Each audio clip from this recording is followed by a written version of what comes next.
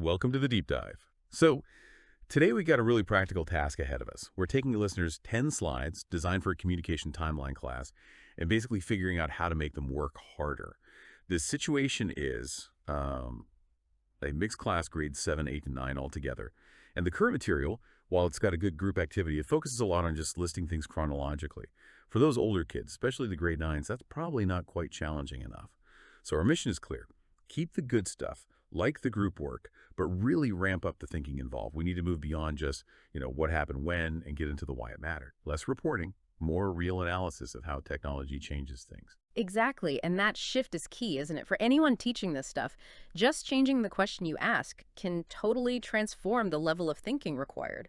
So the goal here isn't just defining a timeline, oldest to newest event. It's got to be about analyzing the impact, the disruption these communication technologies actually caused. We really want those older students, the grade 9s, thinking critically about the consequences, not just memorizing dates. Okay, let's start with the basics and the foundation. Because slide 3 gives a sample timeline, and it's interesting. It lists 10,000 BCE cave paintings, then jumps to 1440 printing press, then 1837 telegraph, and finally 1990s mobile phone. Yeah. It definitely covers a huge span of time, which is great. But wow, those gaps between the dates, they feel like a real opportunity for deeper learning, don't they? Yeah. Oh, absolutely. That leap, particularly from the printing press in 1440 to the telegraph in 1837, that's almost 400 years. It's fascinating. And if we want students to think bigger picture, that gap is perfect. A grade 9 student, for instance, should be able to look at that and start thinking about, periods where things seemed kind of static versus periods where change just exploded. Because that 400-year period wasn't empty technologically, but the fundamental ways communication worked, like how fast a message could travel or how many people it could reach, they changed relatively slowly compared to what came later. Right. So you're suggesting we push them to look beyond just the big inventions in that timeline to think about the infrastructure changes or refinements happening during those seemingly quiet periods. Yeah. Because the slides do mention letters later on in slide 6. And that 400-year gap is exactly when you see things like roads getting better, postal systems becoming more organized, printing methods being refined. Precisely. That's the challenge. Getting them to see that sometimes the biggest changes come from improving an existing system, not necessarily inventing something brand new from scratch. Think about letters becoming more formalized, more reliable. That allowed governments, trade, all sorts of things to operate over long distances in a way they couldn't before, even if it wasn't instant communication. Understanding that period of, let's call it, relative stasis, makes the shock of the telegraph, which suddenly made distance almost irrelevant for information, so much more impactful. That contrast is a really key historical insight. Okay, that makes sense. And one more thing on the foundation before we move on. Slide 2 asks, can you think of the oldest communication tool? The example given is cave paintings. Instead of just taking that answer, maybe we challenge them a bit. Ask them to define what is communication in the first place. Like, does it just mean sending information? Or does it need symbols, a shared understanding, something more complex? That could turn a simple fact check into a discussion about language intent. Oh, I like that. That definitely elevates the starting point. It gets them thinking conceptually right away. Okay, so foundation enriched. Now let's get into the main activity. Because the criteria they're using, that's where I think the biggest optimization needs to happen. Right. This is where it gets really interesting, I think. Slide 4 sets up the group activity. And slide 5 asks them to pick 3 or 4 technologies and explain why they're important. But the criteria given are things like, was it faster? Was it easier? Could more people use it? Pretty basic stuff. And that's the hurdle, isn't it? Those questions are fine for maybe grade 7, but for grade 9 student, they need to go deeper. It really boils down to, how do we make that one-sentence description they're asked for into something genuinely analytical? We need to ditch those simple criteria, or at least build on them significantly. So instead of just, is it faster, we get them thinking about, say, impact on society, or maybe scalability. Let me give you an example of what I mean. Asking if the telegraph was faster. Yeah, obviously, that's a one-word answer. But asking about its irreversible impact, that forces them to dig deeper. They might discover how it let Lincoln manage Civil War battles remotely, completely changing how wars were fought, how governments functioned. That's the analysis we're aiming for. Okay, I definitely see the power in shifting to impact.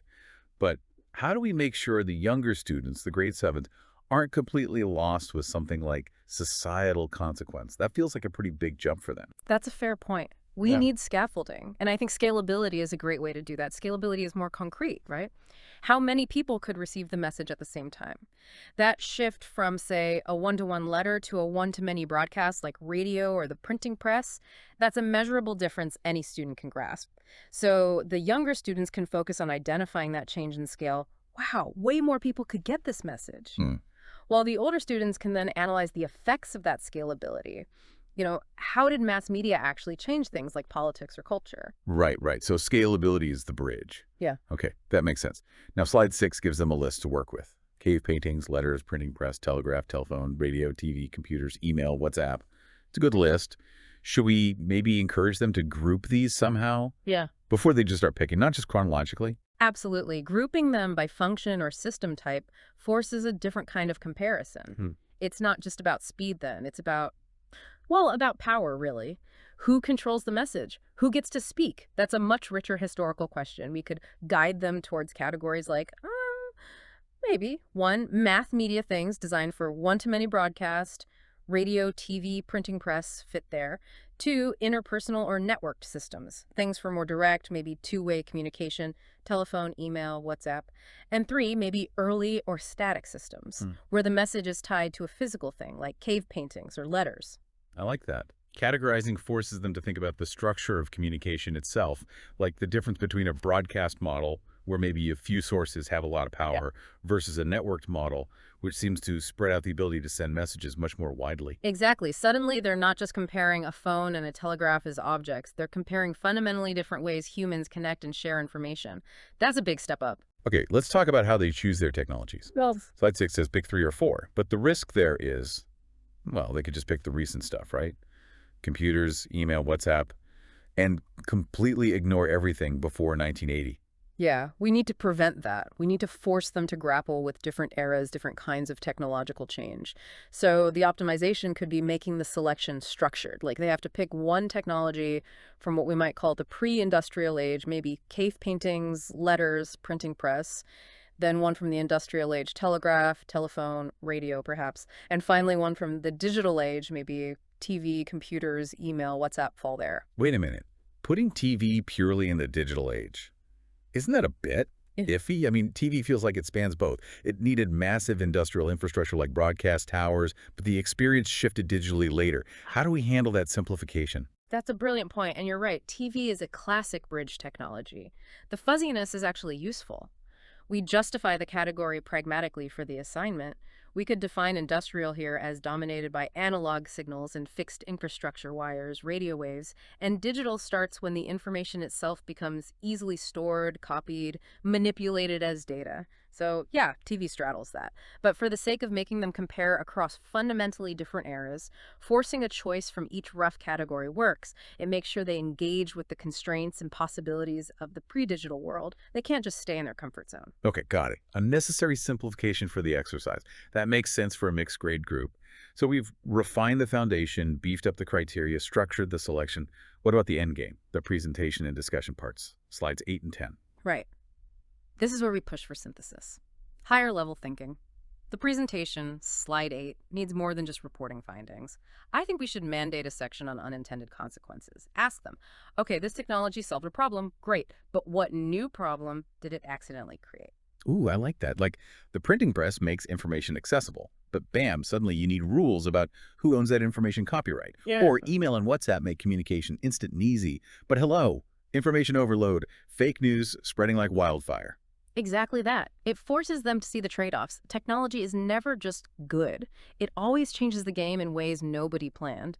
And that ties into slide 10, the wrap-up. It currently asks which one you like the most. That feels very subjective, very grade 7. Let's reframe it. Ask them, which technology in your group's analysis had the most irreversible impact on human society, and why?